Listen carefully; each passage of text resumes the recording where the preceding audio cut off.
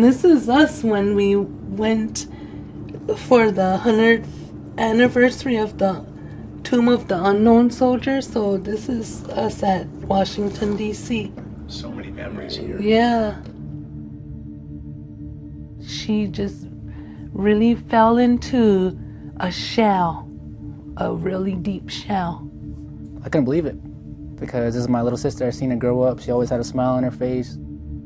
I mean, a guy could you get emotional about it because like, you see so many kids that you don't exactly know what's going on. Honestly, I didn't know what to do. I was in shock. I just gave her space. I didn't know what to do. I didn't know how to handle the situation. That's the first time that's ever really happened to me. You know, as a suicide, like having family members suicidal or having those thoughts come into their minds.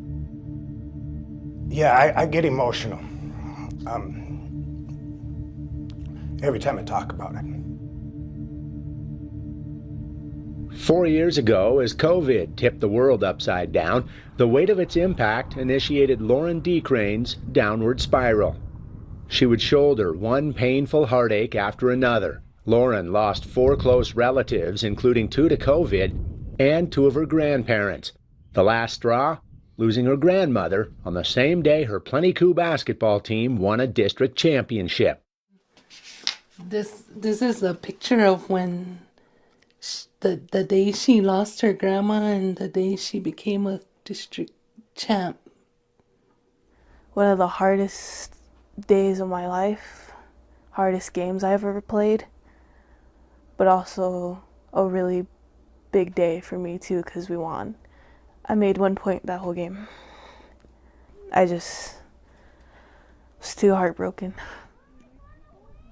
Graduating here from Plenty Coup High School, Lauren's 3 older brothers realized the difficulty of growing up on Montana's reservations.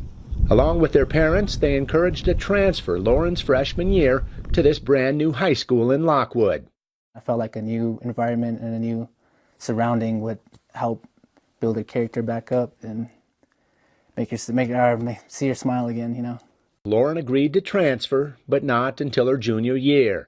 Though well-intended, entering a school 5 times the size she was used to was not easy. She was like, geez, there's so many kids there. There was somebody in front of me, there was someone behind me, there was someone on the side of me. She was okay. And then she started falling into her shell again. Worn down physically and emotionally, Lauren finally felt like she'd fallen to the bottom of sadness, like so many others her age, struggling with suicidal thoughts. I'll admit to it. I've struggled with a lot of that. It just felt like, what was like the point of being here? Eventually, Lauren was brave enough to confide in her parents, fragile feelings often left unspoken in Native American culture. Taking your life for one thing, that's just a forbidden topic. She told us that she didn't want to be here anymore. And that scared me. Honestly, I didn't really know what to do. Martha and her husband Lawrence reached out with urgency to Lockwood Activities Director Mike Erickson. We had to start getting the word out. We had to let people know that it's not about her mistakes on the court. It's more of about what's going on from 8 to 4 every day in her life when she goes to sleep, if she's wanting to be awake in the morning and things like that. Lauren is really a tough girl. She doesn't cry much. But when she cries hard. So we know she needs it. So we're like, it's okay. Just go ahead and cry. When her tears dried, the simplicity and joy of flag football emerged and changed everything. You're going to kind of be the safety here. You're going to hold on and wait for her, so if she can dump it off to you.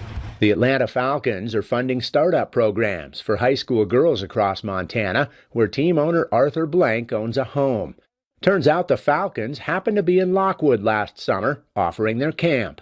I really enjoyed them coming out and showing all of us how to play the game properly and like spreading out that girls can do more than just what they're told. Wavering between her comfort zone of volleyball or flag football, Nice. Lauren was talked into lacing up cleats for Lockwood's first ever team. You know, you could be recognized as being one of the ones to be pioneering the sport. And you got an arm, you might as well utilize it. I can't remember what day it was, but she came out and threw the ball, and it was like a 40-yard bomb. I mean, she could throw farther than I could, so it's like... Once flag football came, she started getting her courage, her self-esteem, and it just made her happy and felt she just belonged. It just clicked. A lot of kids went to wrestling camp, football camp, volleyball camp. There wasn't girls flag football, so it's definitely the brand new beginning of something that this state has never seen, and we're actually a part of that, which is pretty cool. It just ended up being because of the girls flag football program that she just felt like she was needed and wanted, and found her real point in life, honestly. It took a mountain of courage for Lauren to share her vulnerability with family, teachers, and coaches, and even more to share it publicly. I'm very thankful to see everything panned out the right way. You know, as a coach and a teacher, to have an impact on her, it's awesome. So, and I'm proud of her, and there you go. It's good to see that. Nice. The system's still working. She's sharing her story for young girls and boys and teens and moms and dads to raise awareness, and for Native Americans. I feel like it's important that we carry on our traditions onto the next generation. Keep our cultural activities, our cultural doings, our native tongue. Sometimes we base our success on the scoreboard behind me. And although her life changed, I think my life and perspective about what my job has changed. I really feel like what flag football did to her, Lauren did to me in my career. I think in the past, I've recognized situations, but have never been sat down by family members and saying, we need help, right? It was one that I was directed to help. They were searching, and I knew I couldn't let them down. And so it became very emotional to me from that point on, and will always be dear to me, and she knows that, because I tell her that, how important this is, not only to her, but also to me.